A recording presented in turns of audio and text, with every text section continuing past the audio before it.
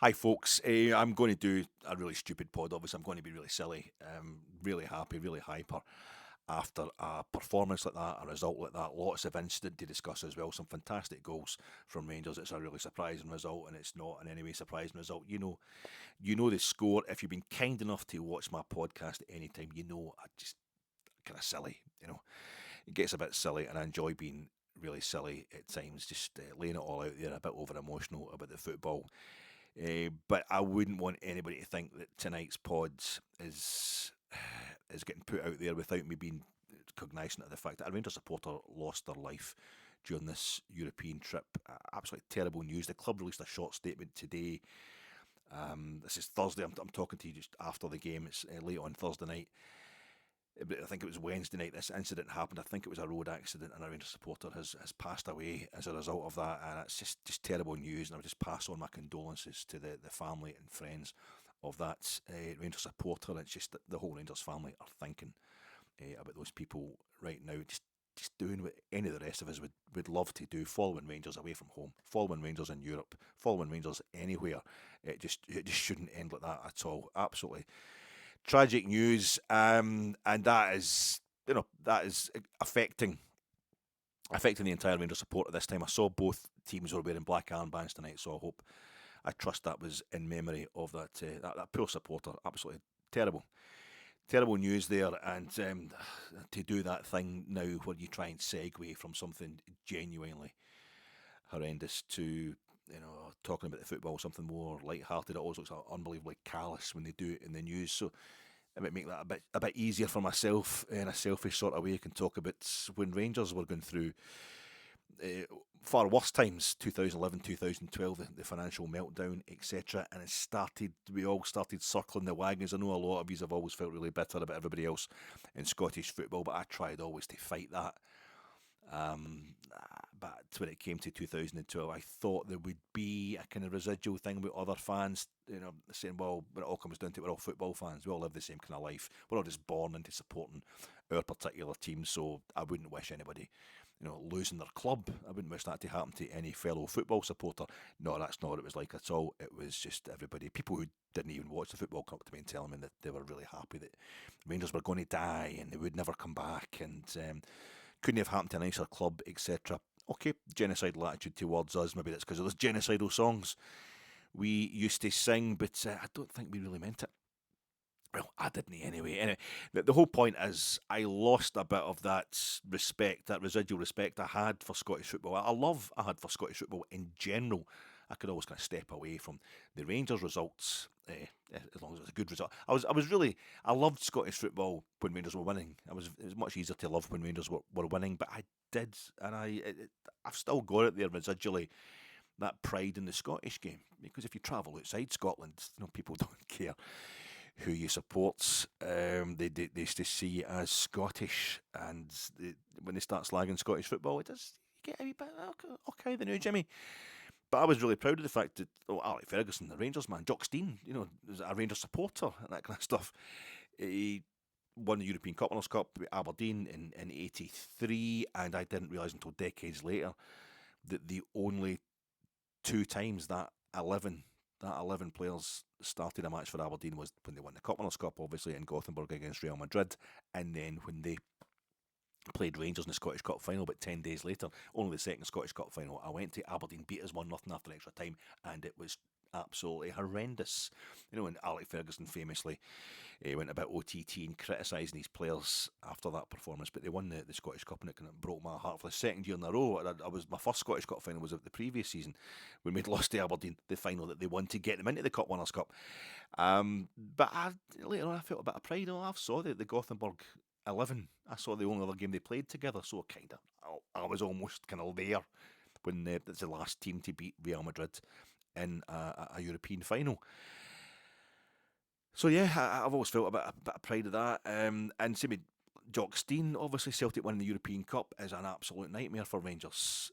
It's been the bane of our life ever since 1967, but you can't help it.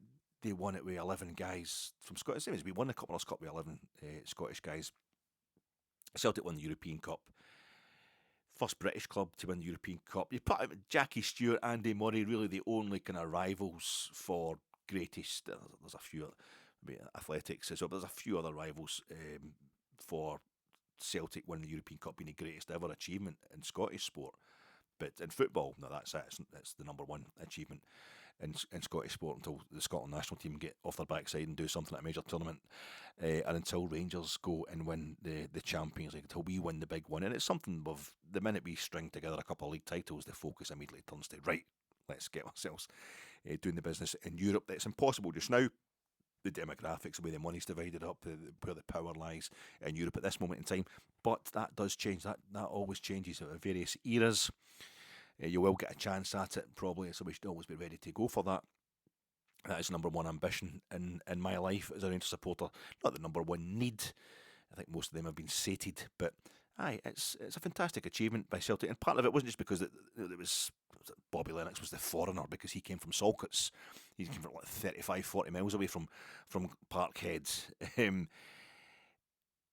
Also because of Jock Stein getting in there and getting one over Helenio Herrera. Helenio Herrera was a magical, mythical figure at that time in world football. Still was when I was growing up. It ceased to be a manager or an effective manager by the time I was conscious of foreign football. But Helenio Herrera, it was Il Maggio, the wizard, it was called. He had a touch of the magic about him, but he also a bit of the black arts. So that was part of his aura. A bit of a bribe here and there, as was the way in Spanish and Italian football, where he really made his name as a manager anyway.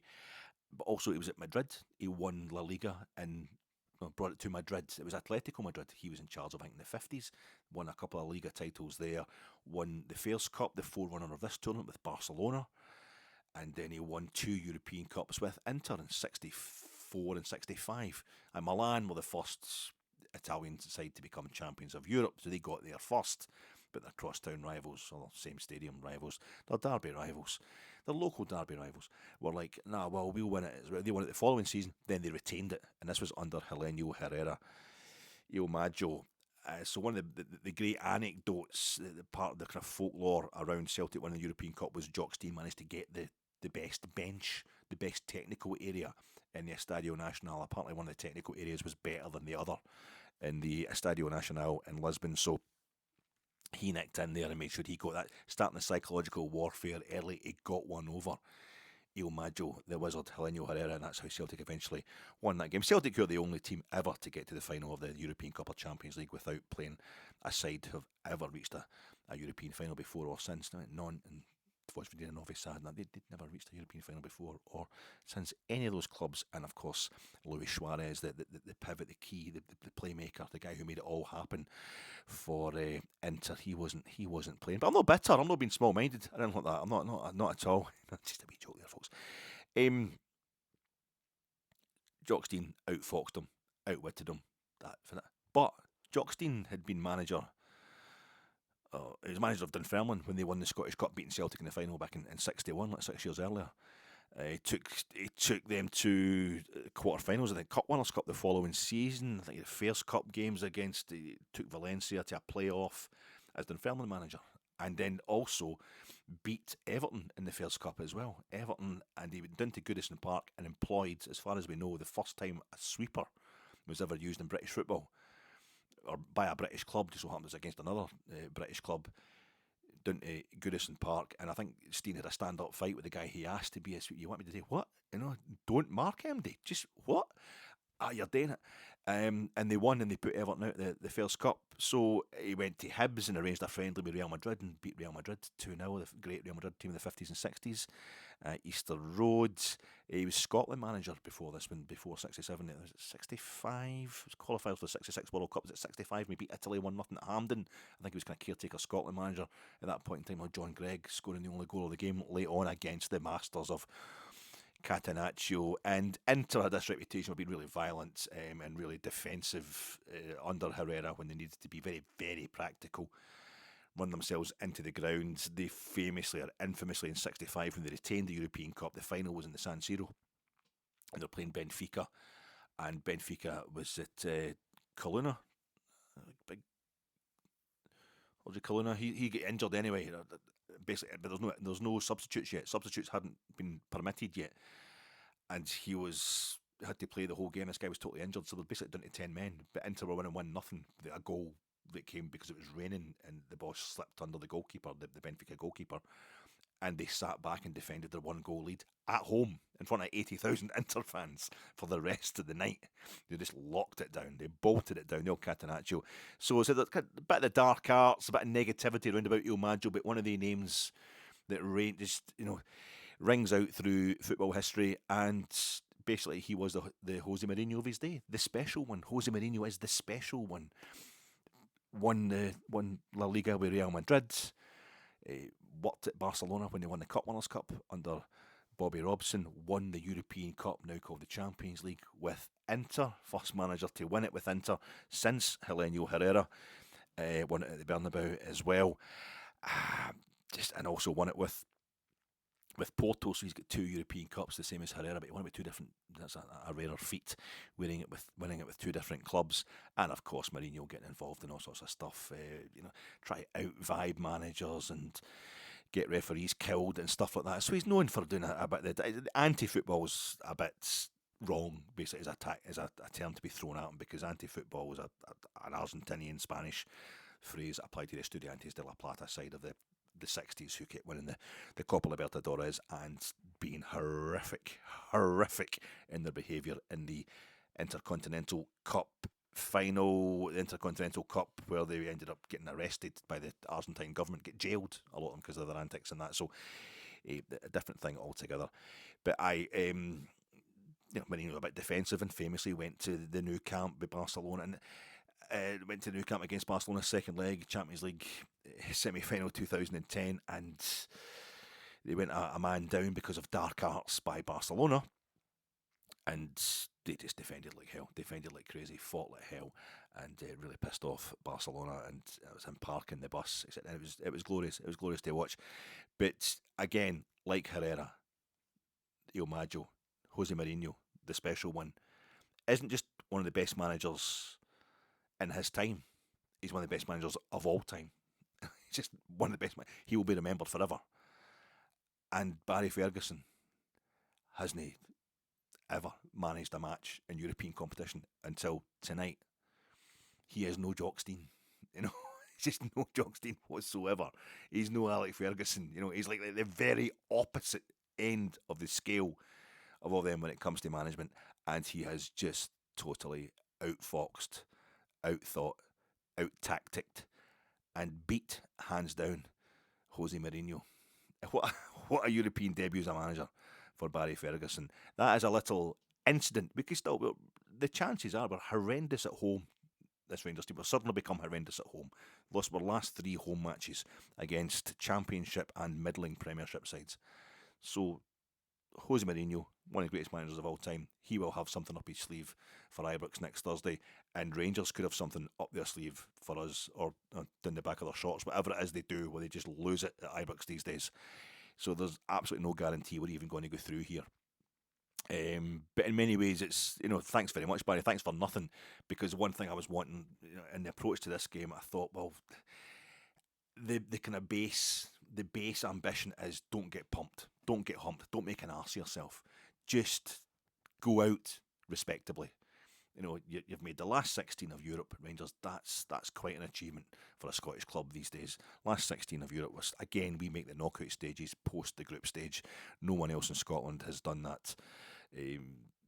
23, 24 years. We're the only club to have done it, and we've been to 2 finals in that time. So that in itself is an achievement. I'm quite happy with that. Just don't make an arse of yourself. But now we can't. That's not possible. We can't go out. We can't go out in the last 16. We can't get put out by Fenerbahce in a respectable manner now. We'd have to make an arse of ourselves. Because we're too far ahead. We're 3-1 up. 1-2, 1-4, 1-3. 1-2, 1-4, 1-3. This is Barry Ferguson. Has just jumped in there and done that to Jose Mourinho in the first. That just sums up what Rangers do in Europe. 1-2, 1-4, 1-3. I just wanted to get. We don't use the keypad often these days. We don't have the old phones. We don't really use the manual calculator. It's on your phone, but there is a keypad on your phone. Get it out tomorrow.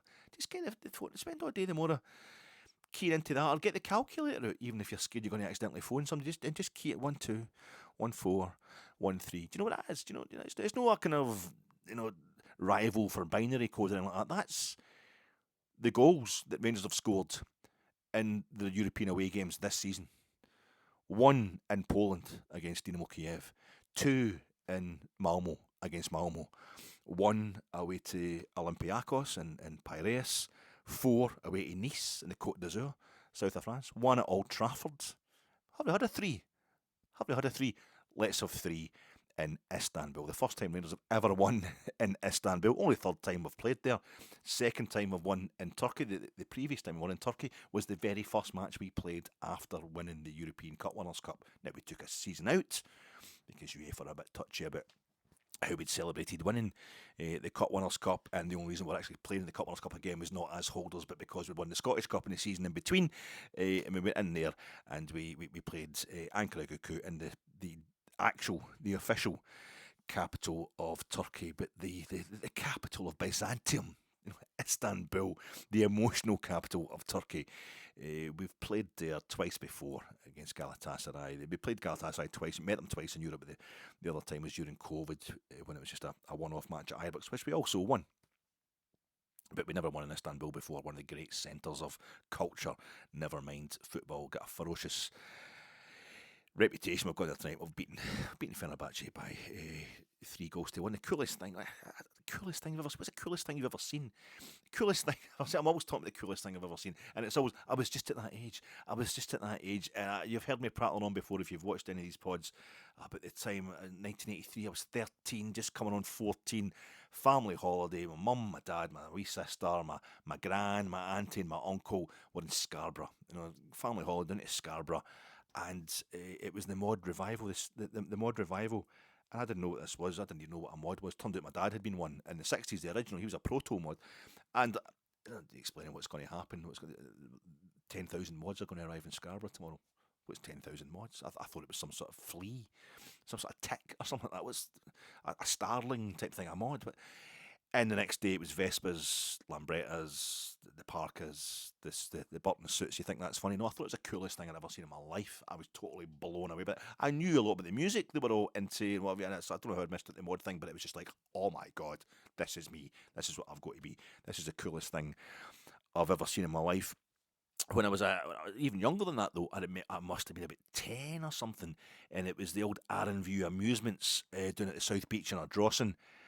And I was playing some game, and there was a guy who to me looked like a full-grown man, an adult with his kid. I think maybe was he sitting down or something like that. I was we were having something to drink or something, and this guy had the kind of, he had a bit of a kind of slick back hairdo, and he had the white t-shirt but with the sleeves rolled up, kind of James Dean style.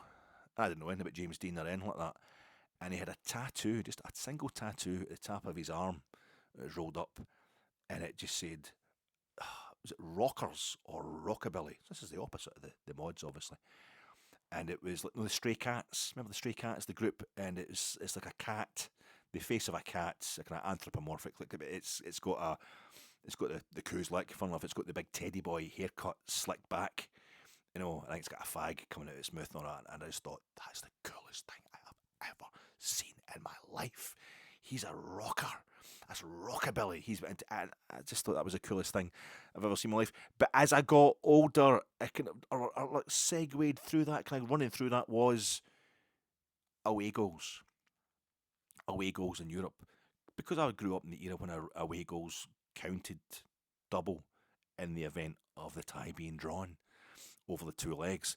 Away goals in Europe were the coolest, slickest thing I'd ever seen. And also in that habit that we've all got, I think all Rangers fans have got this, of self-hatred, of not appreciating our own club. I always felt as if it was just, my auntie told me all about Mario Kempis. I was beating my first Rangers game at this point, but I wasn't old enough to be going to European games and that. Mario Kempis, the two phenomenal goals he scored against Rangers at Ibrox in the second leg, where we'd drawn one each in Valencia. Valencia under Alfredo Di Stefano, who would lose as manager of Real Madrid to Aberdeen in the FA Cup Winners' Cup final, but he was manager of Valencia that season when they won the Cup Winners' Cup, eventually beating Arsenal in the Heysel on penalties. Graham Ricks missing for Arsenal. I remember watching that game live. But earlier they beat us. They beat us in the earlier rounds, and Mario Kempes, who'd scored the 2 goals in the World Cup final in '78, here he was 79-80, scoring these 2 fantastic goals at Ajax. Man, to say they're the best goals you'd ever seen from an opposing player. We still all love the Valencia team. Remember that came Advocat, Champions League. Guys got me in Jetta and all these guys. They were Jocelyn and Glom and that. They were just such a slick, street smart team. Everybody around about my age talks about how that's one of the slickest teams they had ever seen. And it's got a bit skewed recently. Liverpool putting 7 past us at Ibrox. It's all about the money. It's all about the fact that we just can't compete with the money that the English Premier League gets. And that lost its slickness. That was just a total steamroller, and because they're just so much more financially powerful than us, or they certainly were then anyway. I think they still are now, Alec. But that admiration I had for the away goals, teams scoring away goals at Ibrox. In the very first European game I was at, we were playing Inter. The team of Jose Mourinho, the team of Il Maggio, and they scored Alessandro Altobelli. Rangers started the game like a house on fire. I mean, they ended up beating them 3-1, but they lost it away leg 3-0. We lost 3-0 in the San Siro, and we beat them 3-1 on the night, and really, we kicked the shit out of them, quite frankly, and were fantastic. Ian Ferguson, the original Ian Ferguson, getting a couple of goals, and Davy Mitchell, the Glaswegian Australian, getting one as well. And the place was rocking, but they made sure they went through by getting the away goal, and it was scored by Alessandro Altobelli. He'd scored in the World Cup final as well, and I was seeing him scoring, like my auntie had seen Kempes scoring, and I thought it was slick, it was cool, because they just kind of walked through and poked the ball through. It just looked really slick. It was like, why are we not like that? Why? I mean, probably the reason I fell in love with away goals is because my dad, it was a game against Juventus. He got me in my bed to watch the highlights of the game against Juventus, and we beat them 2-0 at Ibrox. But the next round we played PSV Eindhoven, and we drew 0-0 at Ibrox, and we beat them 3-2 over. They were the first team ever to beat PSV Eindhoven, who were UEFA Cup holders at that time, this tournament. And they were the holders of the tournament. They'd never been beaten at home in Europe. They drew 0-0 at Ibrox, and we went over them. We beat them 3-1. Because we had guys in that team that won the Cup Winners' Cup that were no waste. Our manager was a captain of the Cup Winners' Cup winning team at that point in time. They weren't scared of PSV Eindhoven's home record. And it was the goal with Tommy McLean, the ball through to Bobby Russell. That was like a counter-attack. That was properly magical. We're getting taken over by the 49ers, or the 49ers Enterprises. Parag Marat, the chairman of Leeds United. Ellen Rhodes, Leeds United, Parag Marat, Leeds United, Ellen Road, Alan McCoy is in the gantry tonight. The second goal we scored tonight, that Cerny puts away before half time, that was Leeds in the champion. That was the goal. That was Alan McCoist at Ellen Road to make it 2-0 on the night. The goal that got us into the first ever Champions League group stage, a de facto playoff match, as well as the Championship of Britain, the British Championship, the Battle of Britain. That's the night I was so proud that night, because we scored that kind of slick counter-attacking goal that I'd always watched foreign teams at Ibrox. I love my European football, and I'd go to Ibrox and watch, how can we not score goals? They're so street smart, they're so streetwise, they're slick, they look like proper, classy, European savvy footballers. That's us tonight. That was what we did tonight.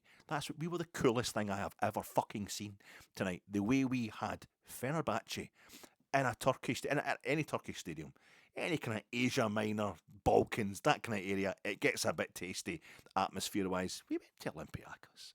We went to Piraeus. They're a holder of a European trophy right now, and we just went toe-to-toe. It was only a draw, and we were disappointed because, Big Cyril missed a couple of chances as well as scoring the goal that night. Tonight, Big Cyril has had a couple ruled out by VAR for being just narrowly offside, but he's also scored one and set. Well, it's just this team is absolutely. How you doing, folks? This is your Fatec. Rangers have just won their 4th away game by 2 clear goals. That's what we do now. Reaction pod coming to you in association with Jersnet. Check out Jersnet. That'll be tonight by the time you see us. Friday night. It's my good friend Brian Archer and myself. What an honour. I'm going to be on Jersnet. We don't even have a game to talk about this weekend because we hate weekends. It's the midweek stuff we love. Go to Kilmarnock, win 4-2. Before that, St Mirren get beat 2-0. After that, it's Motherwell get beat 2-1. It's away games, it's midweek games. That's all we want. And there's no weekend game to talk about this week. It's myself and Brian are just going to sit there with the cigars out from 9 o'clock live on Jersnet YouTube channel, tomorrow night, or tonight it will be by the time you see this, folks. So please join us on that. And there'll be much gushing going on about this 3-1 win for Rangers over Galatasaray. I am sponsored by Jersey, and I'm also sponsored by counter-attacking, by counter-punching, by counter-measures, by counter-weights, by counter-balances, by counter-tops, by counterfeits, by countermanding the permanent demanding, countering the demanding of the Rangers support for Rangers just to do everything the same. Always going to let us know what you are so we know what to do. If you keep winning these European games, well, that messes us up, because we thought we had you bagged. We thought we knew all about you. We thought we knew where to place you. You're crap domestically. Away from, oh no, that's not. The Barry Ferguson pivot. Talking about that last night. No, Yanis Hadji was born the day Barry Ferguson pivoted against Bayer Leverkusen under Advocat in this competition, in the UEFA Cup, in the Europa League, as it's known now. And he turned it, and he sent the whole defence, the whole midfield the wrong way, and we beat them 2-1 in Leverkusen. And then we drew 1 each at Ajax, and through we went. A fantastic European scout, fantastic European night. But the pivot, now it's Barry again. He's back in this competition. He's pivoting us again. He's at the centre of a pivot that's ongoing before he arrived. But it's starting to pivot before he arrived. But he's there, making it just go the full way around. But he couldn't lose at home. Clement. Rangers didn't lose at home this season. We drew 1 each with Dundee United in November. That was it. We won every other domestic home game. Lost a couple of European games at home, but every other domestic home game, including the Scottish Cup match against Fraserburgh. And then we get put out by Queen's Park. The problem for Rangers before that was our away record domestically. We're fine away in Europe, and Europe just unbeatable away from home in European competition, but it was the domestic stuff. It was really embarrassing. We couldn't win away from home. We were doing it again. We kept slipping up away from home, kept getting beat away from home. We, throwing away a 2-goal lead against Hibs, drawn 3 each, drawn 1 each with Dundee, getting beat at St Mirren, drawn with Motherwell at Fir Park. I knew that's us. That's 4 straight games away from home. Tannadice, Tynecastle, Rugby Park, horrific venues for us if on a bad run of form away from home. 1 by 2 clear goals at all of them. And then we've done tonight, we've gone to Istanbul. We've gone to Constantinople. Constantinople is a very long word. Can you spell humped? We went there tonight and we have won by 3-1, and our couple chopped off for offside. Very narrow, very, very tight offsides. Went down to the old VAR. It's just what's happening. It's pivoted. It's just pivoted. It's suddenly we can't win at home. And that's going to be a problem come next Thursday, because if we don't finish this off, we made a complete arse of ourselves. But let's just enjoy it tonight. Right, I've talked about a lot of crap. It's 1967 and 1972. We keep talking about the coincidences. Like, you've booked it, haven't you? You've booked Bilbao. I know you have. And why not? You might as well. It's a bit further up north. Well, further up north than Seville, obviously, but it's going to be a bit cooler, and hopefully UEFA will have a word. They've laid down the law about how the fans are treated. But if that's where we're going to go, then that's where we're going to go. I'm like 3-4 stone heavier than I was even then. I've got 3 months tops to get to lose at least 3 stone. It's going to kill me. It's going to kill me if and I don't know if I've not got the Managerials. I've not been going to European games, but if we get there, that means Athletic Bilbao can get there, so that'll make more tickets available. But I don't know what kind of level I'd be at for getting a ticket. San Mamés, it's bigger. The new San Mamés, it's like 50-odd thousand, isn't it? As opposed to the Ramon Sanchez Pizzi one, it's only 30-odd thousands. If that was a terrible decision, but I know you might as well. Folk, well, they're just going to. I saw the picture tonight. I glanced at the BBC website. I think I was trying to check out the formation. I had no idea what formation Rangers were playing tonight, and I just saw the picture, and it's Fenerbahçe 1, Rangers 3, and it's a picture of Dessers going in, just heading in. They go, it's the blue kit, it's the dark blue kit, but none of the tops actually match each other. That's just what we do. We go to Rugby Park, we're 2-0 down, we win 4-2. We go to Fenerbahçe, we go to Istanbul, the Asian side of the Bosphorus, and we win. But it's just getting ridiculous. It's just absolutely stupid. But 1967 and 1972, don't watch the game. Don't know. I've recorded it as well, but you cannot watch Roma against Athletic Bilbao until next Friday. If you watch it before that, it'll be your fault if we get put out on Thursday. That's just total fate tempting. Just leave it. I'm more invested than you. No, it's a personal thing for me. You might think, you want Rangers to win the Europa. The goal here is for Rangers to win the Europa League. No, the goal is to get Alec a team off his list. If you're just new to this, sorry, I'll just quickly, come on, I'll just let me tell the new folk just quickly. There's been 105 teams that have reached a European club final. The one of the European club finals we currently understand, Cup Winners' Cup, Fairs Cup, UEFA Cup, and I have seen over 70 of them in the flesh. There's only about 20 odd I've got left to go, and this season, this is going to be my 7th home game next week. The game against Dynamo Kiev, 4, and it'll be 6th. It'll be 6th home game. I'm not travelling to European games. I'm not going away from home watching Rangers these days at Hampden and Ibrox. That's the best way to score them all off. But somehow we haven't played anybody that I need to see at Ibrox this season. I've seen most of these teams before. I've seen most of these clubs before. But Roma and Athletic Bilbao are both on my not got list. There's only 20 odd teams in that. That's quite a rare thing. So if we get through this tie, guaranteed, I finally, after spending about £200-300 or whatever it is in home games this season, just in Europe alone, get a tick off the list that I'm trying to complete before I die. But if you watch that game before next week, you're presuming that we're going to win, and the gods of football, fate, will know, and that you watch 2 legs, you watch both legs next Friday to your heart's content, but no before then. No before it was one each. It was one each. Roma against Athletic in the game when I started doing this podcast. But 67 and 72, we've got the coincidences going already. We want Rangers to be the same all the time. We want Rangers to look the same all the time, do the same thing all the time, be bad all the time in all competitions, be good all the time in all competitions, because I want the loud opinions that I express at the top of my voice when I'm half pissed in the main stand on a match day to stand the test of time. Everybody wants life to be simple and straightforward these days. It isn't. Barry Ferguson shouldn't be beating Jose Mourinho in European competition, but the team that finished 24th in the Europa League group stage should be losing at home to the team that finished 8th, and that's what's happened. But in 67 we get put out by Berwick Rangers, our worst ever defeat in the Scottish Cup away from home, and then this season we've had our worst ever defeat in the Scottish Cup at home. We go to the Cup Winners' Cup final, 66-67 that same season. We could be getting to another European. It's just something to bear in mind. Say Willie Waddle was raised in the Rangers tradition. Willie Waddle was raised by Rangers. He's a Ranger. Have I mentioned this already? It's just so many things going through my brain just now. It's the pivot. Everyone turns on the pivot.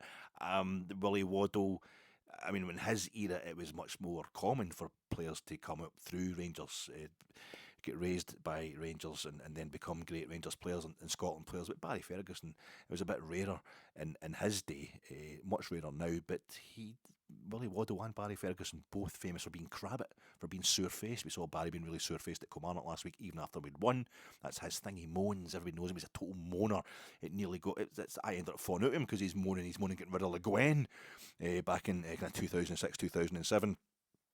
Because he decided to think the standards were good enough, but Barry didn't know properly. He wasn't a manager in his own right then, and he's moaning is back. But Willie Waddle was famously Crabbit, Deedle, as he was known, and Barry makes his debut at Rugby Park, and he's wearing a kind of Willie Waddle type raincoat, the raincoat that Willie Waddle wore when he ran around the pitch at Tynecastle as manager of Kilmarnock to celebrate them winning the league in 65.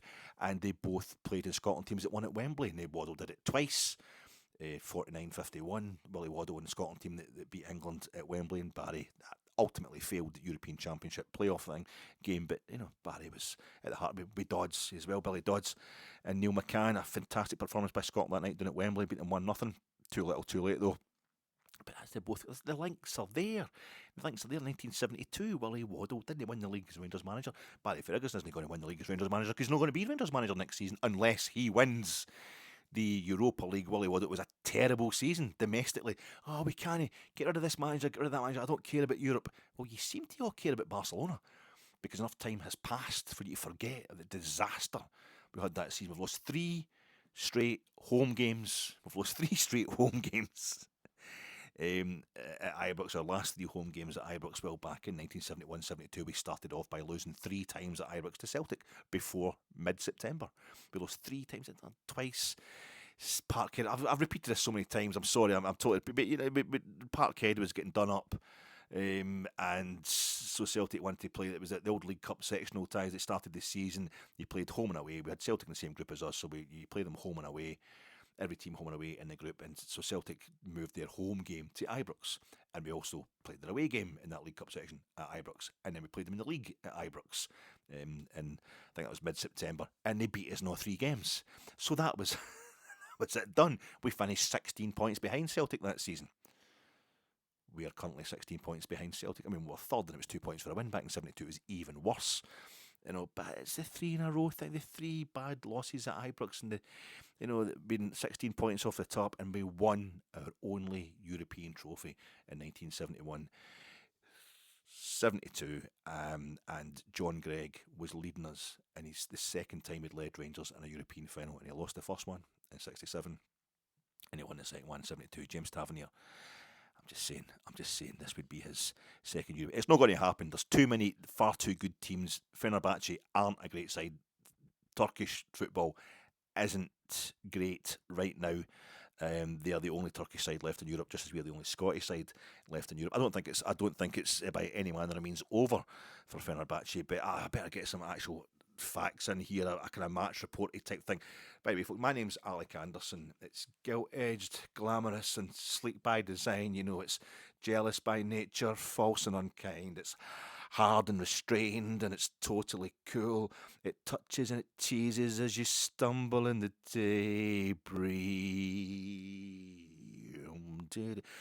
Love is a trophy in a big glass case. I've got a photograph of it next to my big fat face somewhere. I need to dig it out. I want you, and I want you, and I want Europa League trophy. It was still the UEFA Cup when it was in Kelvin Grove Arts Gallery, before Espanyol played Sevilla in the final, when the final was staged at Hampden. It was still the UEFA Cup, it was called then. And we got to the final the following season, but they had the trophy in a glass case in the middle. They did that display it somewhere in the city, so I went up and I got my photograph taken, looked like a total geek. Unlike now, where I look really sophisticated and suave and cosmopolitan and urbane, that back then I was like, oh, a photograph of me with the UEFA Cup. So I've been really close to Yanis Hadji's been in it. I tell you that last night, sorry. His dad must have put him inside it when Galatasaray won it, and he was a 1.5-year-old, Jorge Hargi's 1.5-year-old boy, and there's that photograph of Yanis Hadji where he only comes a sub the night, Yanis. But right, Alec, facts, come on, facts. Let's yeah, oh God, the big thing was the team. The team news comes out, and I look at the team, and it's all right. Okay, Yilmaz is playing, and Hefty. Tav, John Suter's there, Balogun's there, and Tav. So Tav's going to go to right back. We've got Suter and Balogun as the centre halves. Hefty's going to go on the left hand side, and it looks like Yilmaz is going to get played left wing. I think that's quite exciting. Not a bit of it. 1-0, Barry Ferguson. Barry 1, Jose 0, and we didn't go with the Jose saying he was studying Rangers and how they'd got this far in the tournament. Nothing was surprising him. He was saying at the end of after the game when he's talking to Connie McLaughlin on TNT, he just, so you'll watch this playing the 4-2-3-1. The 4-2-3-1. No, Barry, it was a right. Give me a chance here. I've written this down. It was a 3-4-2-1, I think. Right, with it's definitely 3 centre halves. The main thing was 3 centre halves, and it would go to a 5-3-1-1 or a 5-2-2-1 when we were in defence. You know what I mean? But the main thing was Yilmaz was playing wide right. Was it? He's playing wide right. I know he's playing wide left. He's left wing. Sorry, and Cerny was. But no, what? Hefty was. Yilmaz was playing.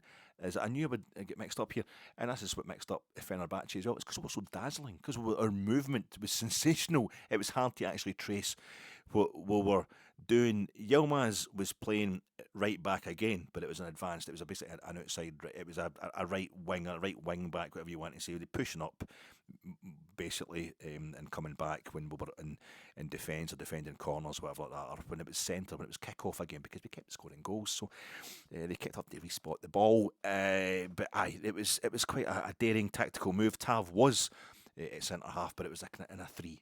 The main thing was a 3. John Suter right in the middle. He's the middle centre half, and we had Robin Proper on the left. He's a left hand centre half, and then you get Diamandi and Raskin, but the big news was the inclusion of Connor Barron. Connor Barron is back. Connor Barron, who was bloody sensational in Piraeus and Nice, and I think he did great against Tottenham as well, didn't he? Am I making that up? Had he been dropped by that point? I can't remember. But he's fantastic, and he's a kind of bolt hole.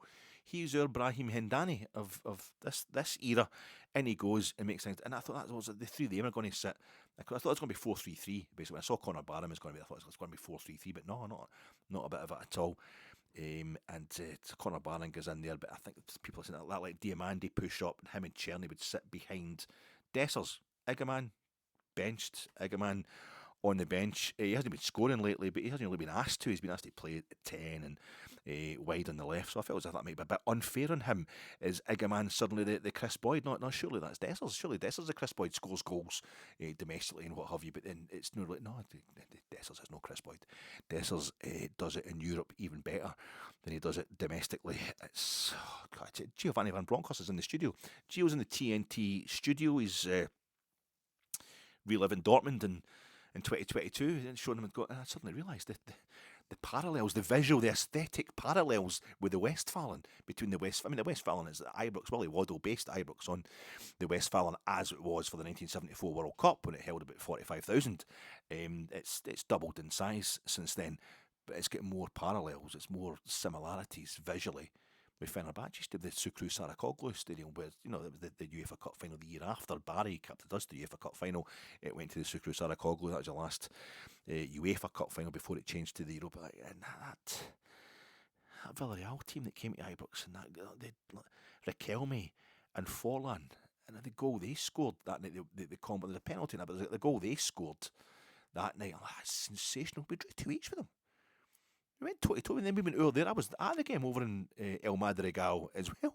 I went to the return leg and it was just, we went for the jugular. They were fantastic the way we opened that game that night over there. I just give Rangers a total. We drew 1 each over there the days before, but when it comes to the away goal, typical Rangers, the chaos of Rangers when the minute away goals don't count double in the event of a draw. We're scoring more away goals than we've ever scored in my life. The stat tonight on TNT, we've scored no one scored more away goals in this season's Europa League than Rangers. Just phenomenal.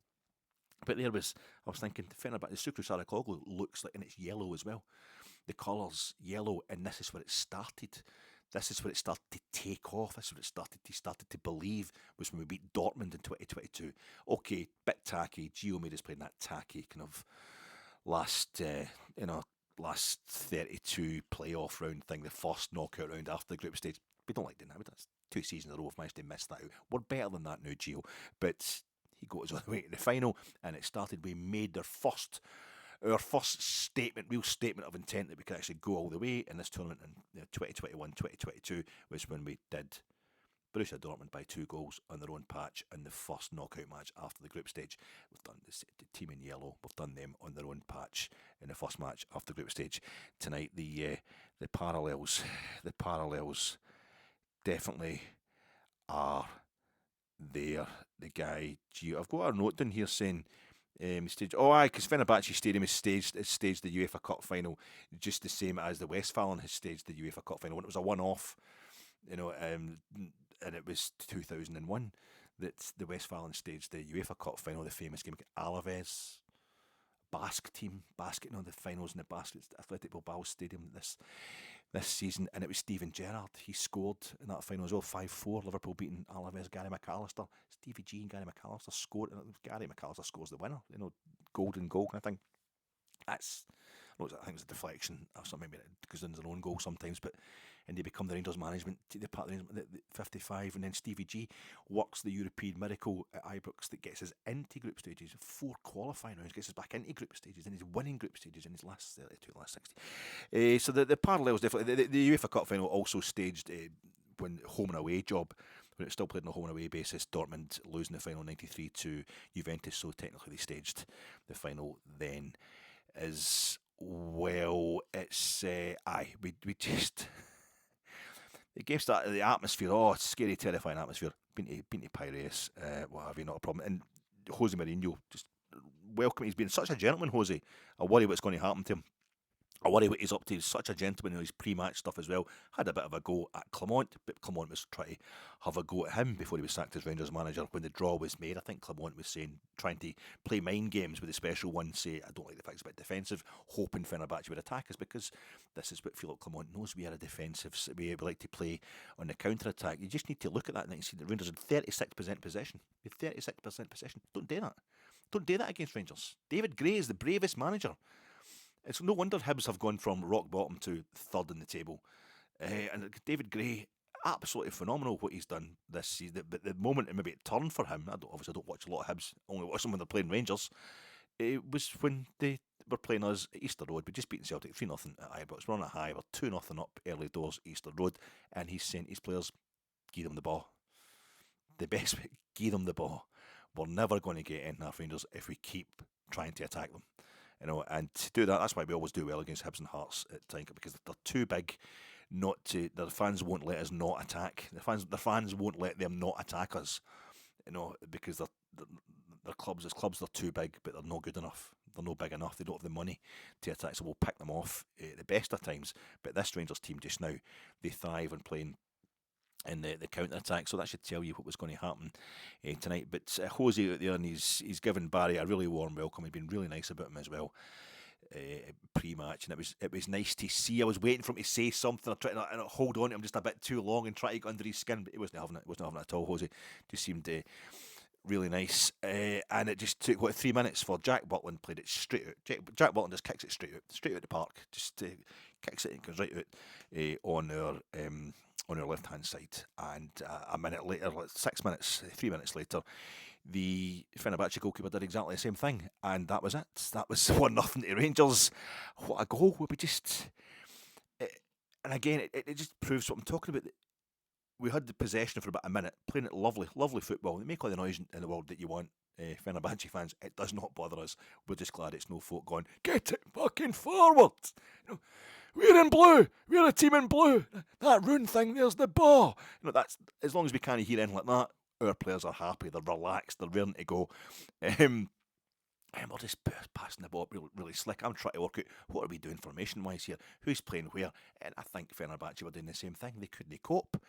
Lots of really famous players and lots of players that have played in a World Cup semi-finals and stuff like that. They were a bit all at sea, but it was when we actually get cut out, when the ball gets cut out. Now, who was it? That was it. Diamandi tried to play the ball kind of across their box, maybe Cerny, and then that was it. One of the players cuts it out, and Diamandi's on him at the edge of the box. He cuts it. He's just trying to get the ball under control, and that's when we ramp it up a notch. Just like we pounce.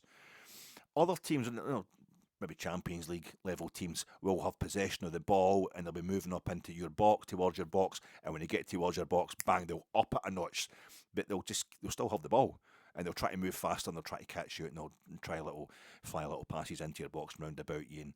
But no, Rangers will get near your box, then give you the ball, because when you've got the ball, we're at our most dangerous. Diamandi just jumps on the fella at the edge of the box. I think he hits, and then Cerny comes in. The next guy's going to the centre half, comes in to clear it. Cerny goes in and tackles him, and then Diamandi goes in and tackles the next guy. It was a constant case of, where are you going? Where do you think you're going, mate? Where you going? No, we're having no. Fenerbahce kept thinking they were going to clear the ball.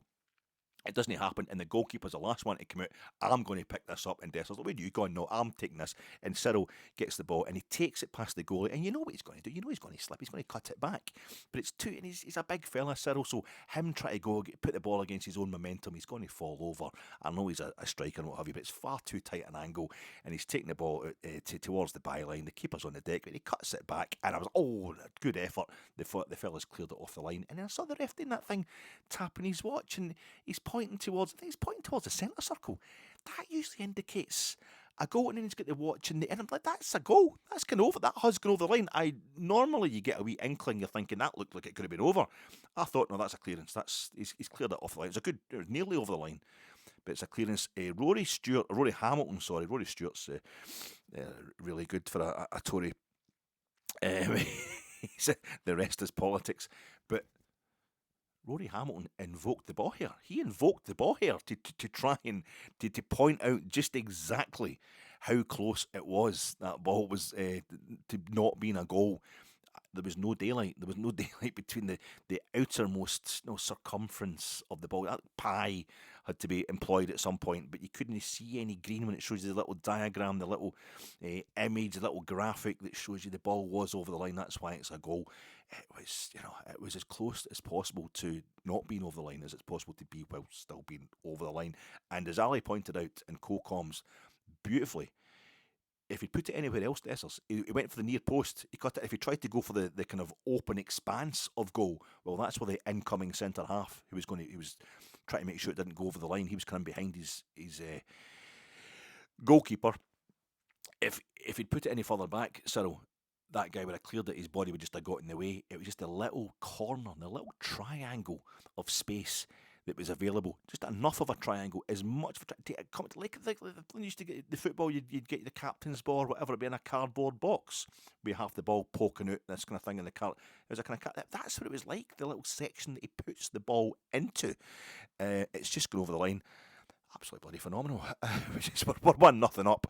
Of course we are. I was kind of laughing as much as I was cheering, because this is just we get beat 2-1 at Hemby Motherwell on Saturday. It became pretty clear we were doing to Motherwell. We were doing to Fenerbahçe what Motherwell and St Mirren had done to us in the last two home games.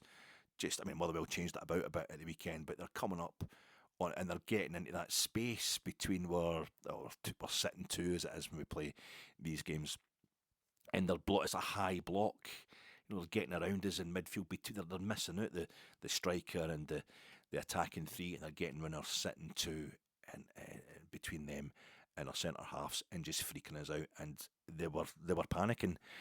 Fenerbahçe, they're just so sharp in the build-up, Rangers, and Dessers was a cross on the right-hand side, goes to the back post. I think Cerny came in, he couldn't quite get in the end of it, but we were giving them the willies. 16 minutes, they have to change the centre half. Dessers had actually injured the guy who was trying to clear the ball off the line and failed. That's him, he's gone. He's off the park straight away, so it's a goal, and we'll take your centre half out the game as well. 19 minutes, they go down the right hand side. El Nassiri, because it puts it over the bar from a classic kind of pull back from down the wing. So they're starting to get into the game. Connor Barron, a brutal tackle on him as he's pushing forward. The guy he's basically stamping on Connor Barron, but Connor Barron just keeps going, and the guy injures himself. Connor Barron's assailant ends up rolling about the deck in agony, no quarter asked or given. There's a quarter final at stake here. Connor moves the ball to Rask, and he moves it to Cerny, and Hefty's going through the kind of inside left channel, and he fluffs his line. Has Hefty ever scored for us? But my God, has he ever put a cross in for us? But my God, he can run, he can move.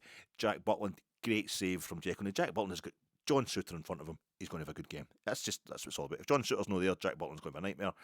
Edin Dzeko, down to Butland's left, he gets down low in his big pink kit, and he pushes it round the post. So that's him getting himself warmed up. Jack Butland's going to have a cracker. Oh no, he's just head-butted. He's just killed Robin Proper. Absolutely destroyed him. The ball's kind of bouncing about between Dzeko's coming through on goals towards the centre of our box. The ball's bouncing about, so Robin Proper comes across to try and just jockey out the way. The ball's bouncing about, so nobody knows what it is, and Jack Butland just can't see John Souttar in his line of vision, so he panics and he comes out his box, and he ends up. Does he punch the ball onto Proper's head? Does he punch Proper's head straight onto Dzeko, or no, he puts a head in him. That's what he puts a head in him. He comes out and kind of leaps into the whole situation and puts the nut on Robin Proper, who's down for a minute or two. I don't know how serious it was, maybe just precautionary, but the medical team are on there and they've got him lying on his side, and that is after trying to stop him swallowing his tongue. That might just be a precaution, as I say, but I think he was out of it. I think he was certainly unconscious for a wee bit, and luckily he's up and he's walking as he goes off the park, but he's clearly groggy. On comes Balogun, who's played the second half on Saturday, but is rarely able to last more than a half for us these days when he is fit. And Big Leon comes on straight away, having felt a bit of tightness, I think, today. That's why he was on the bench. It's just centre half. It's just we cannot get through a half, never mind a game, without having to change centre halves. It's quite incredible. And 5 minutes later, it's a goal. It's a goal for Fenerbahçe. They equalised a corner. we get kind of flat-footed at the front post area. They get a flick on. Our kind of wee Furby himself, Nico Raskin, goes in there to try and challenge for the header, but he's actually holding his head going, as the ball flies back. It's quite a good header by the fellow who hits our front post and flicks it backwards right across the 6-yard box, but too high, it's too crowded for Butland to do anything about it, and it goes round the other side of the back post, and it's kind of the Fenerbahce player goes out and he's doing that thing where he's shielding, he's got his back to our goal, but his Balogun's going out and pushing into the back of him, the guy's shielding the ball, it just turns around and hooks it into the net. I think if Balogun get any closer, the guy to be able to volley even more cleanly. It was just a kind of unstoppable. You can be critical. We didn't defend it well enough. We should have won the header at the near post, but they've equalised.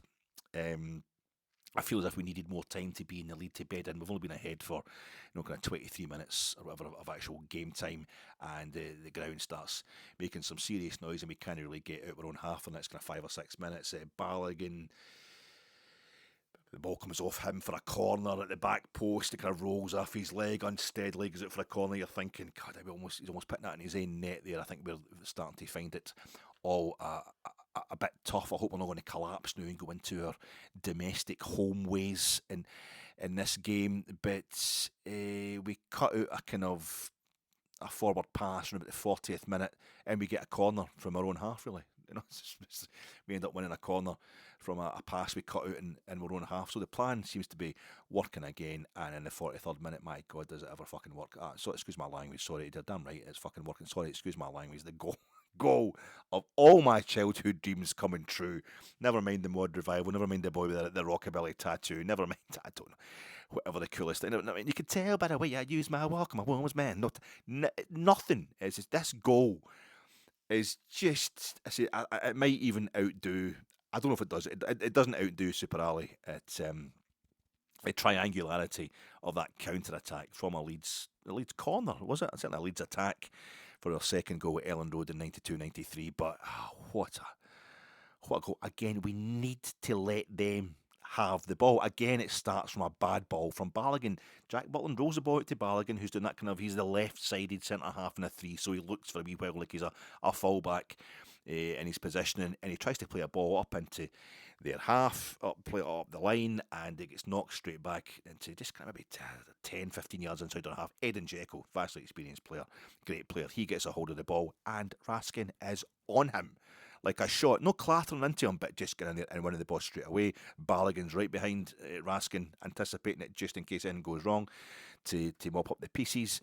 And Raskin fires the ball to Cerny, who's dead centre, who's right in the middle, this channel that's suddenly got a space to run through on their goal, and just to have them on their heels. And he plays the ball out to Cyril Dessers, who has offered himself. Cyril offered himself all night. I don't know if you've seen Withnail and I, Marwood, then Withnail, Paul McGann, Richard E. Grant, they're in bed together, because they're hiding from, they think it's Jake the poacher. It's all about how they don't really understand the ways of the world, and they don't know who the real rapist is and they're involved with, and they think it's Jake that's breaking into the cottage, because they can hear somebody breaking into the cottage, but it's actually Monty, Uncle Monty, Montague H. Withnail, Richard E. Grant's character, the Withnail's uncle, who's breaking into the cottage because he's lost his key. It's his own cottage. But Richard E. Grant's saying to Marwood, he's probably come to have his wicket. Offer him yourself, not you go downstairs and let him batter you, or do what he's going to do to us, to you, to let me get away with it. To you, to me, and it's like, offer him yourself. And that's what I can think about tonight when I'm watching Cyril Dessers. Offer him yourself.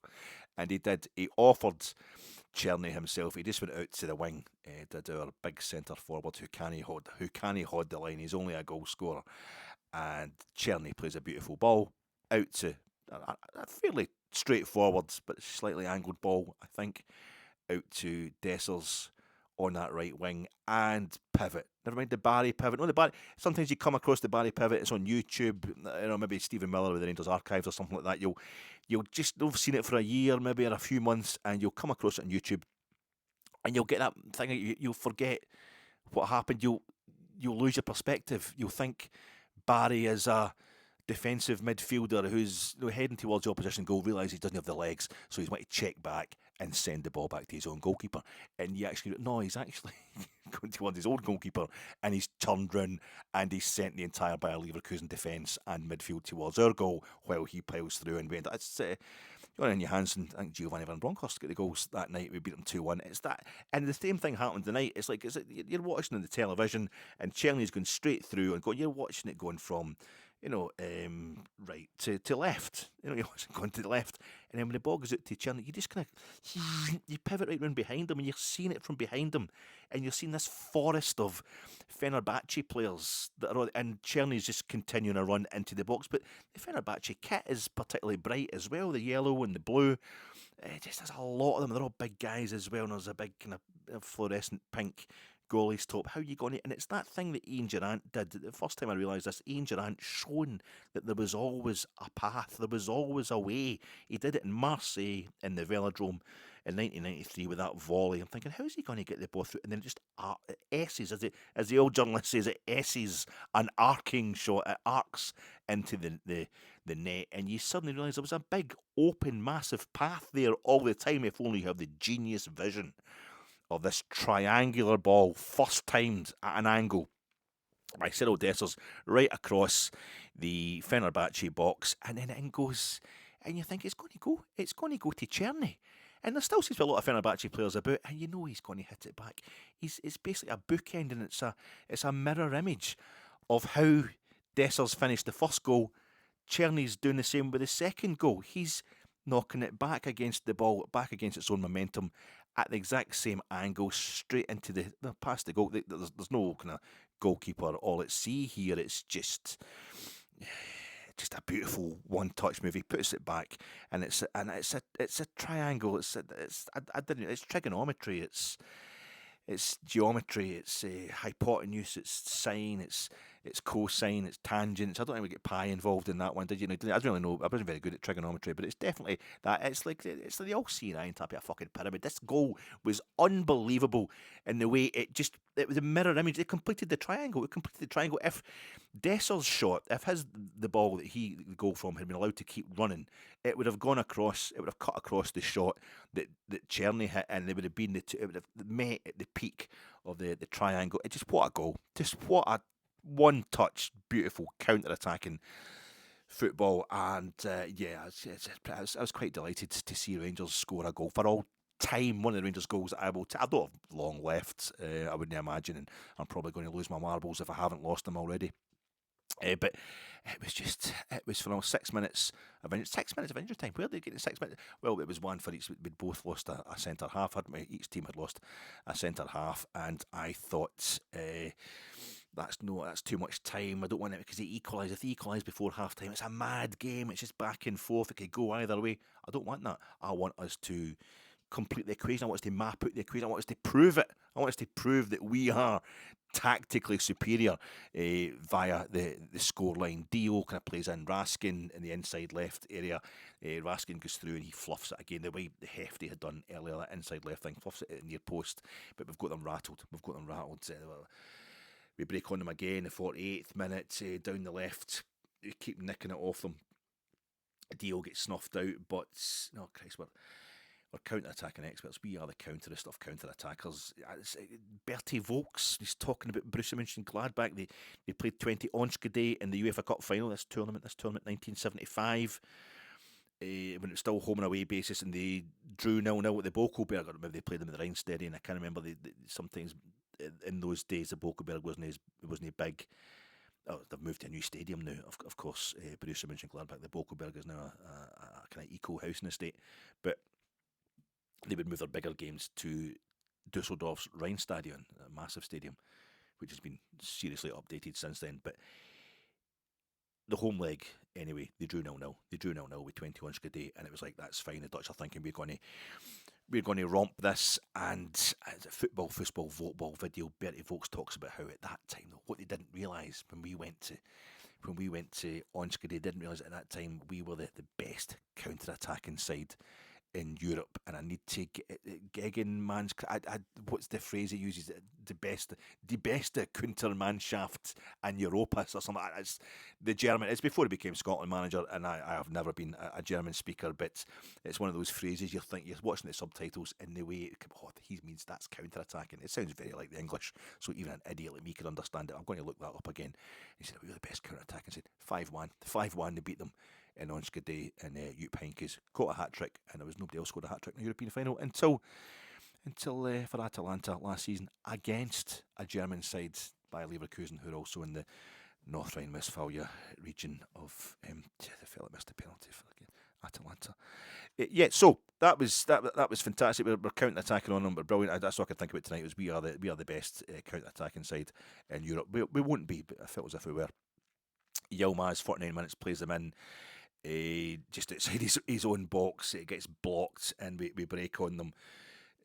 Poor Dessers, he gets the ball, and we're in a game. It doesn't actually work. And then Suter has one of these clearances. The ball comes off his head. You had a few of them tonight where they smack the ball straight at him. The ball came in, and it hit him. The shot for Fenerbahçe did a shot from the edge of our box, and if it even did hit John Suter's hand, the ball clearly played him. So while they're appealing for a penalty, it's kind of cleared, and then they fire it straight in again, another shot, and it just basically hits his head almost from about 4 yards out, and he powers it over the bar. It's a corner again. You've got to defend this corner to get to half time, and we do, and we're winning in Istanbul at half time. It doesn't matter what happens in the second half, doesn't matter what happens in the next this tie. Barry Ferguson has outfoxed Jose Mourinho. He has given Jose Mourinho the most work to do of the two managers at half time, and he does. He makes a substitution, Jose, at the start of the second half. 46 minutes, we're kind of struggling to clear our box. Dessers wins a foul at the halfway. When we do clear the box, he wins a foul at the halfway line, just holding it up, just offering himself again. Cyril Dessers. If you're going to do one thing, in the goals, you've got to watch the goals. If for some reason you haven't seen this game, maybe you recorded it and you're going to watch it later, I don't know why the hell you'd be watching this podcast first, but even if you've watched it already, if you're too dazzled by how great we were, you haven't taken in the details, do yourself a favour and watch the first of our disallowed goals. Just watch it from, I think it's about 49 minutes odds, 49ish on the clock. If it's TNT, you've recorded it on. I imagine the game clock will be the same for whatever channel you've recorded it on. But watch it from the moment Jack Butland kicks it out up to Diamandi's chest. Just kicks the ball up to Diamandi's chest. Dio's just face his own goalkeeper. He's just inside. He's just over the halfway line in his own half. Takes it in his chest, and it's then. Just watch Diamandi, what he does for the next few seconds until we get the Botti Raskin out in the wing. He just basically takes on the entire Fenerbahce defence. You want this, you're not getting it. You want to sit gear that here. It's brilliant, and then it works it to Raskin, kind of high and on the left hand side, on our left, on the left wing, deep in the Fenerbahce area. Big Cyril offers himself again to get Raskin a 1-2 to play Raskin in. He's cutting across the way. He's coming into the box from the wing. Dio's going out there and making that happen as well. Sorry, Desser's going out there and making that happen as well. Just phenomenal tactical nous from his game management is different class. And he has a shot.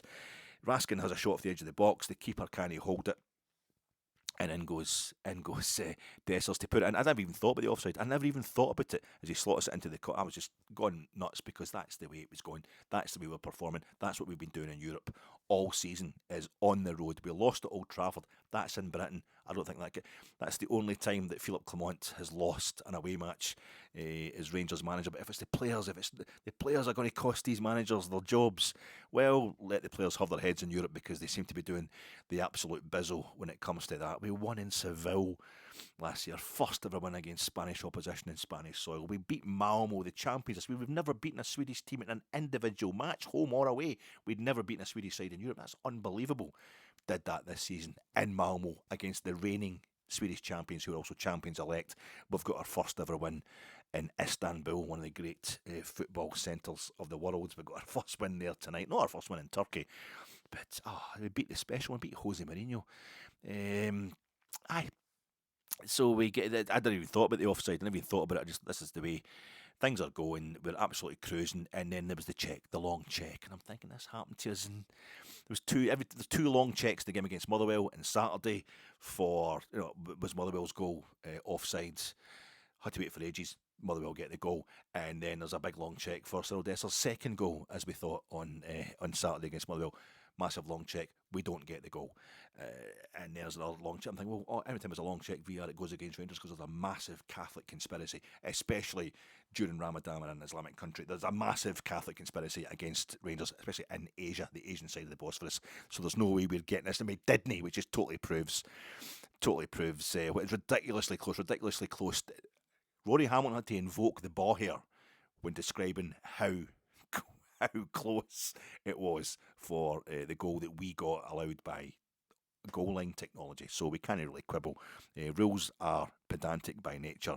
If it was offside, it was offside. It gets measured in the rules we trust, particularly on nights when we win. But you're like, oh, that would have been good. And it shakes the hell out of Fenerbahce again. Jose again, panic. He brings on St Maximan at this point in time, makes another substitution. We're only 6 minutes into the second half. He's made a sub at half time. He was forced to make a substitute because of injury during the first half. So are we, but he's made a substitute at half time. Then he has to make another one after Rangers score this goal. I think Mourinho himself knows that even though it was ruled out by VAR, it was bloody close, and we are taking them to pieces. Suter takes a booking for chopping down Dzeko just inside our half because Cerny gave it away. 56 minute there, number 37, he reciprocates on Dessers by chopping him down. It looks like we're going to go away. You're thinking, oh, is that going to affect us? It happens again. The 58th minute, it happens again. 7 minutes after the first time, it's Dessers has scored again. It gets ruled out again. Another fantastic break from Butland. Kind of rolls the ball out, and Dio he plays this ball up the wing to Hefty, which is lovely. Then Hefty, this beautifully balanced ball. Finally, it's probably because Hefty did it. He couldn't get an assist. He's never going to score for. He's never going to get an assist. Hefty is just running through the kind of inside left channel, and Dessers, he looks like he's timed it to perfection, but of course he's timed it. The pubic hair out. He's just offside, but he runs through. And he actually finishes it. The defender comes in and tries to tackle him. I think the defender actually ends up putting the ball in the net, but Dessers got enough of a foot on it for it would have been his goal. Another, and this time I'm just like, I just stood up. I didn't cheer, and I watched. I thought, I'm going to stay standing. Maybe that will change our luck. It didn't. This one was ruled out as well, and you're thinking, that's to have two goals twice. The score has actually changed on my television to 3-1 to Rangers. Fenerbahce 1, Rangers 3, and twice it's gone back to 2-1. Who can take? Are we going to collapse now? Is this just going to be too much? Are we going to just give it? But this is Cyril Dessers. This is the spirit of Cyril Dessers, who keeps coming back, who keeps trying harder. Every time it doesn't work off, every time you think it's really, really bad luck or it's all gone wrong for him, he just keeps coming back. Oh God, what happened next? They're terrified though, that's the thing. It doesn't matter because we've got the ball in the back of the net again, and they're terrified, and Jose's terrified. I think he cops a booking at this point, Jose, on the bench, and you think when he starts acting up, you've got to know they're on the ropes. But I say, Talisa, the Brazilian guy, he's a shot from the edge of the box. We're terrorising their right-hand side, they're terrorising our right-hand side. We are, having shots on goal, constantly getting ruled offside. They're assaulting our back post. They're laying siege to our back post. It's always been identified as the weak spot, and the first goal only proved that. The only goal they've scored in the game proves that for Fenerbahce, so they keep going with that. But 69 minutes, Dessers is in again after another great counter-attack. He can't get it out his feet as he dribbles round a couple of centre-halves in the ball. He's got to get the shot away, doesn't quite get the shot away. 70th minute, Ali says, we're defending too deep. We're not getting back in time from our counter-attacks. We're starting to tire. And on our clearances as well, we get the ball up the park, but we're not chasing after it. We're just letting them come straight back at us. It's just like that casual acquaintance of Joe Orton. He talks about the Joe Orton diaries in the gents, in that gents' toilets, on his raincoat. We just keep letting them come on to us. 71 minutes. El Nassiri, it's a phenomenal striker, a tremendous player. He's been phenomenal in the Europa League for Fenerbahce. He's the only reason they've got this far. He turns and he gets a shot in from about 8 yards or so, but it's not a clean shot because that's what we're doing all night. It's that thing they're getting the ball into our box, we're taking something off it. When they're crossing it from the wing, our wing back's getting a foot on it. Or one of the centre halves that's out wide is getting something on the ball. So the ball's into our box, but it's not going exactly where it was supposed to go. and then we're kind of getting tackles on them in the box. So the shot comes in, but Butland a lot of times is just gathering a trundling ball because we've taken the steam out of it. It's that's why I don't think we're going to get any further than this in the tournament, because we're just showing more commitment and a bit more sharpness than Fenerbahce. I think like an Athletic Bilbao or an Athletic Bilbao would definitely do something like Lazio, perhaps, would definitely do serious damage to us. I don't know. Never know, but let's not think about that just now, because we're not even through this tie yet, but we did well. 72nd minute, Cerny goes off for a bit of treatment, and you're thinking, oh no, he's the linchpin of our kind of game plan here. His pace, his sharpness, his game management, his readiness. He's cool, his experience, his street smarts. He's the guy that this has all really been pinned around. Kind of 72 to 76 minutes, there's 2 or 3 corners from Fenerbahce. Bit of a siege, bit kind of Crusaders laying siege to old Byzantium. Then 76 minute, Diamandi Gazaf Hadji comes on in the city of his birth, and Yilmaz, the city of his, well, the kind of metropolitan area of his birth, he goes off, and on comes Dujon Sterling, big Duj, to come on the right hand side there, and it's his battle with Alan St Maximin, ex of Newcastle, is pretty much Crusaders against Saracens stuff. It really is an ongoing battle there. He keeps getting, he's assaulting us from our right hand side, St Maximin, for the whole time he's on the park, but never quite getting there. 78 minutes, another break. It's the wrong pass again. Another break from us. Young pass, hefty Raskan. Cerny ends up, the ball gets played over to Cerny, but really should have went somewhere else, and he kind of sees it out for a corner to us. Raskan, the corner comes in. Raskan comes in from the edge of the box. One of these runs he's getting really good at corners, but he's got to jump up, and it's a kind of hitch kick that ends up cushioning the ball, but it's heading towards the top corner. You don't know what speed. No, you don't know what speed it is. And I'm getting to a point I realise I'm expecting Rangers to score. I'm expecting the ball every time Rangers get the ball in the opposition box or anywhere near it. I'm expecting us to put the ball in the back of the net. So when the goalkeeper catches it, it's actually it's quite surprising. There's nothing in it. Didn't have to wait long. They've had 2 goals chopped off to make it 3-1. Just keep going. Spirit of Dessers. 81 minutes. It's 3-1 to Rangers. It's just. There's the best way to ensure that you learn your lesson. It's all game management, but also in-game learning. You've had 2 goals chopped off for offside. The best thing to do then, Rangers decided what we'll do next time is we'll start the goal scorers run from inside our own fucking half, and that way you can't be offside. Absolutely, just again the simplicity, but also the measurement, the calibration of the passes, the time. And St Maximin, the man I'm talking about, he puts a ball into our box from the right wing. Dujon gets something on it. Dujon Sterling gets something on this. Kind of snuffs it out to the point where it arrives at Raskan. He's kind of mopping up from the edge of the box, and he knocks it up to who else? Who do you think's come really deep to receive a pass? A defensive clearance can become a pass because Cyril, the hero Dessers, has come deep to take the ball from whoever wants to pass it to him, and he just takes the edge off it. He just takes a spin off it. He just cushions it straight back to Raskan. So that's all right, me man. Well done, nice one. Just takes it and he lays it back to him on a red carpet, which as nothing compared to the Tommy McLean to Bobby Russell-esque pass from wee Nico through to Václav. Call me Václav. It's no Václav, it's Václav. Get it fucking right, because you're going to want to know my name in this season of seasons where I'm going to win you a European trophy with my goal-scoring exploits that only Tav can possibly rival in the history of it. It was just as soon as it gets through. I mean, just the one passes. It's sort of Dessers, and Cerny's first goal, the boy plays across for the wing. The 2 of the 1-2 for the second goal that we scored on the night. The second goal we're allowed to have, and it's the same again. The ball from wee Nico. It just splits football in 2. It just makes it so. It reduces it to such a simple game. And there's Václav Cerny. Don't attack Rangers. Don't attack Rangers. Well, this is what we will do to you. We will totally expose you. Every time you attack us, you're exposing yourself, and we're just flash enough to make you pay. And then goes Václav Cerny. And that run, we've seen him do it at Tynecastle quite recently as well. He just gets through on goal, slots. He saw him do it at Rugby Park, just going through on goal. He just slots, left foot, slots it under the goalie. See ya, bye. And he does a wee bye. That's what it's like. 3-1. Goes really quiet in the place. All you can hear is, oh, Barry, Barry, Barry. Like 2,000 Rangers supporters in there. Welcome to hell stuff. I know that's kind of attached to the old Sammy Ali Yen. Sammy Ali. I can't remember what it's called. Their old stadium, the old days of Welcome to Hell, but then you can hear the Penny Arcade getting belted out, something terrible. It's absolutely a lovely sound. And there's Barry, there's a bit, Raskin's got to chase somebody back. I don't know who he's supposed to be chasing back, but Barry's on the touchline and he's right beside Raskin when Raskin loses the ball or the ball goes past him and the Fenerbahce player goes past him and Barry's like, keep going, wee man. And Barry outruns Nico. He keeps up with he's level with the Fenerbahce player. You know, like the camera that follows the dogs at the greyhounds. He's spinning right up alongside there.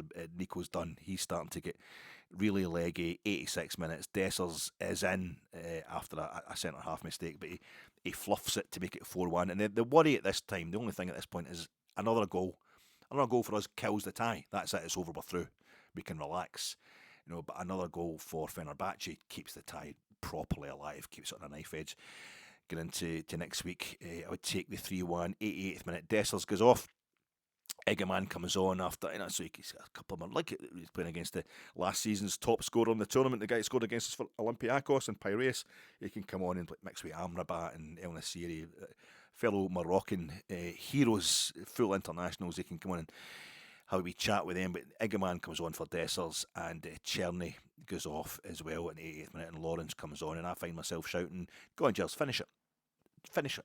I'm shouting at them. We're playing Fenerbahce in Istanbul at any time in my adult life, playing any of the big three in Turkey. Rangers playing any of the big three in Turkey, especially in their own patch. Finish it. No, we're three. I want us to go 4-1 up. It's just a lovely feeling. Might as well enjoy it. It's been a terrible season in many ways, but you should never, ever give up when you're still in something. John Souttar heads it away again from about 2 yards with his absolute, it must have been made of solid steel head in the 89th minute. 6 minutes of injury time again at the end of this half. Probably just the substitutions and all the VAR checks. So you're thinking this could change the game, this could change the tie. Butland goes down, a great save down to his left. Another brilliant key save from Jack Butland. 91st minute. We're too deep though. One goal for them as he changes it. St Maximin just keeps pulling us apart down the left, but never quite getting the freedom to pick a spot, to pick a teammate, have a proper shot on goal. Kostic has a shot for them, about a minute to go from outside the box, and it bounces just in front of Butland in that way where if it was Motherwell were playing, it would have bounced off his tits and they would have scored the goal, but he just catches it, no problem, because it's Europe and big John Souttar is on the park. I don't know if John Souttar, Jack Butland's such a huge guy. I don't know if it's like best fighter at school scenario where John Souttar's the only guy in the dressing room that could take him. It's totally big enough to take him. So when he plays, he kind of concentrates a bit more in his game. Jack Butland, he feels he should go about bullying everybody when John Souttar's not in the park. I don't. That's a terrible way to put it, but I was so happy he had a good game tonight. He did well, Jack, because there was a lot of questions. It could have been Liam Kelly going in goals. And it's full time. It's 3-1 to Rangers in old Istanbul. Constantinople is a very long word. Can you spell victory for Rangers? Gio got us to a European final. He got us to the Champions League group stage. It was a terrible experience, that Champions League group stage, but he got us, and we need to get back there after getting back into the top flight. We need to prove that we could still do that. It was really amazing. And Steven Gerrard, he got us through those qualifying rounds in his first season to get us into a group stage, which we just missed out on. The next season we qualified in second place, and in the following season he qualified in first place. Twice he got us through to the last 16 of European competition.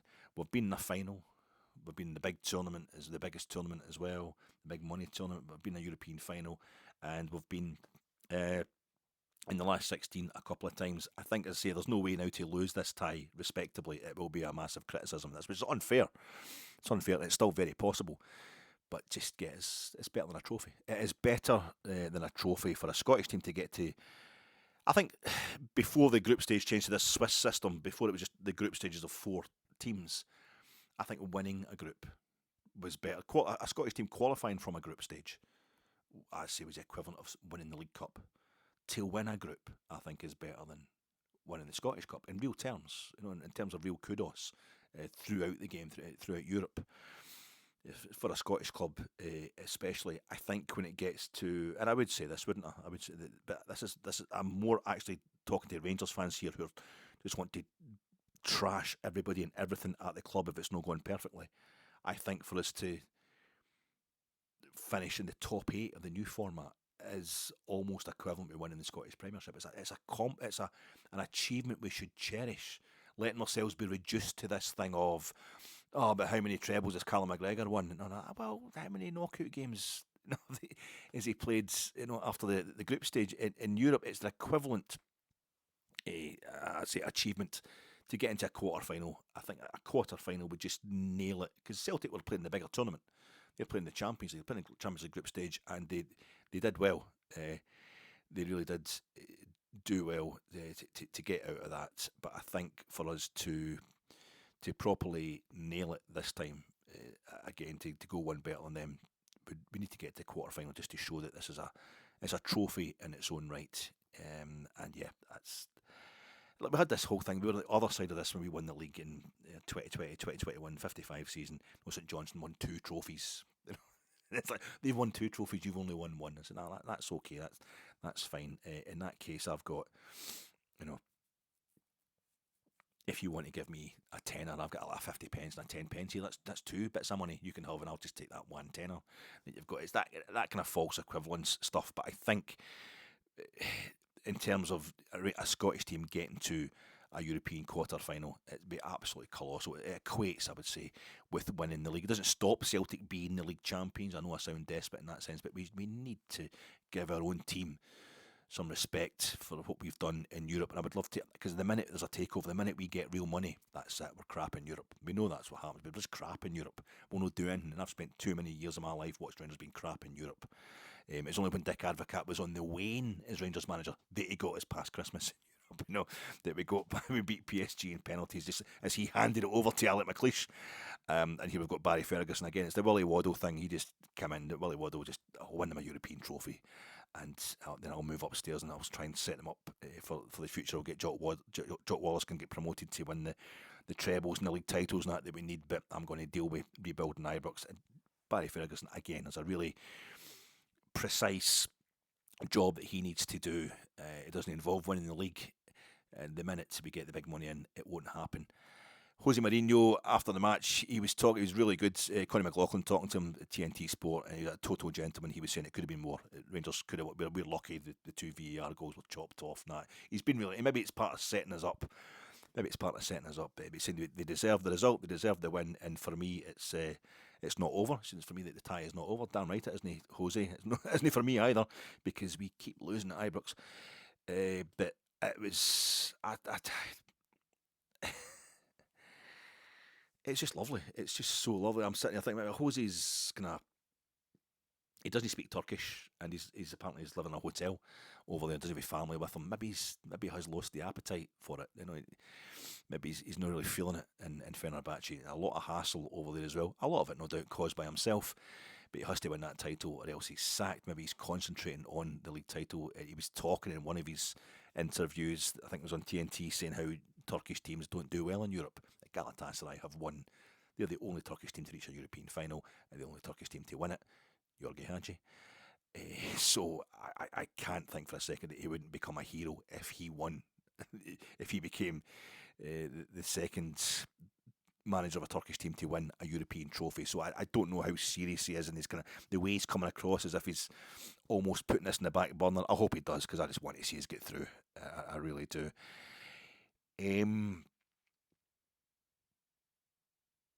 This is horrible, but there's a part of me is thinking it's the kind of arc of achievement. Everybody tends to run out of steam eventually, all the great managers, and it's like you have the wee arc getting up the way. And Jose, maybe it was Celtic 2003. He won the UEFA Cup final against Celtic in 2003, which inspired us to the UEFA Cup final in 2008. Just as like we won our first European trophy 5 years after Celtic won the European Cup, we got to the UEFA Cup final 5 years after Celtic. It's like we can't be arsed, establishment club. You don't have anything to prove. It's all these incomers. These Celtic fans. So I'm just joking. They always work harder, and we're like, all right, we better do that then. But Jose 2003. beat Celtic Uefa Cup final, following season Champions League with Porto. That's it, bang. And then it's a big lot. And he wins 2010 Champions League with Inter. And then it's kind of 2017, he wins the Europa League, so he's dropping back down again with Manchester United. And then it's done at the Conference League. He wins the Conference League with Roma. This is great stuff. I would love Rangers to win the Conference League. But that's for him, it's a bit of a drop down for winning Champions Leagues. And then the following season, he loses a European final for the first time. It's a Europa League, but he loses it as Roma manager. And I went, it just, is this the moment? It's always like, it's a crash when they sometimes they just really crash and burn, and that's the moment from which they can never recover. And perhaps that's what's going to happen. Perhaps that's going to happen with Jose. He started off in the way up, it was Celtic that launched him, and in the way down, maybe it's going to be Barry and the Rangers that finish him. But that's all a bit too poetic. I sat in a sofa in my living room. And there's 2 sofas in the living room. One of them we brought brand new for this house. My wife wanted to get, that's fine. And there's one that that's an old IKEA job that we got when we first started renting a place. I'll get an IKEA, just put it together yourself. The guy kind of threw it at us, we delivered it, and it's been in storage since we had to move to another place that had its own furniture, and then we finally get a house back into a house that we actually own ourselves, and I used that to temporarily furnish the house, the stuff we had in storage. So suddenly that IKEA sofa took on a new resonance, even though it was kind of old and manky, and I still use it. I'm refusing to give it up. That's my sofa. I sit there and I look across at a wall. It's a red brick wall straight across the road, and if there's no car there, even if the car's there, because it's a bit, I don't know, it must be about 6 foot high. So I sit on the sofa, and the telly's to the right hand side, but I'm just looking square on, looking above my laptop. I can see I'm sitting in my lap, and my arse is hanging through, my 23 stones hanging through the springs in this sofa. I can see this red brick wall. I don't know if it's English bond or Flemish bond, or is it runner, but it seems to be the same. It's sort of the stretchers. It just seems to be stretchers, and it's ancient. And the kind of coping stones above, there's weeds growing out through the coping stones, and bits of the concrete, the pointing have come out, and there's weeds in it. And it's at the corner. It's bought me a garden. There's no fence in the garden. The garden starts at the top of the wall because it's the streets are kind of on a hill. So I can see this grass at the top of the wall. It's a lovely garden. It's lovely just to look straight. And if there's no vans or cars like that parked outside, and you just focus on that wall, which is ancient, you think that's great. You could be back any time in the last 100 years, probably, because there's trees behind it and bushes and that. And there's kind of withering on the vine ivy that somebody's tried to deal with, and it got the house, the garden of the house next door to it. And at the bottom, the corner where the wall cuts up, it's the corner of this wall, as the wall goes up and it divides the 2 houses across the road from me. And at the corner, there's this branch that I've noticed just the past few years.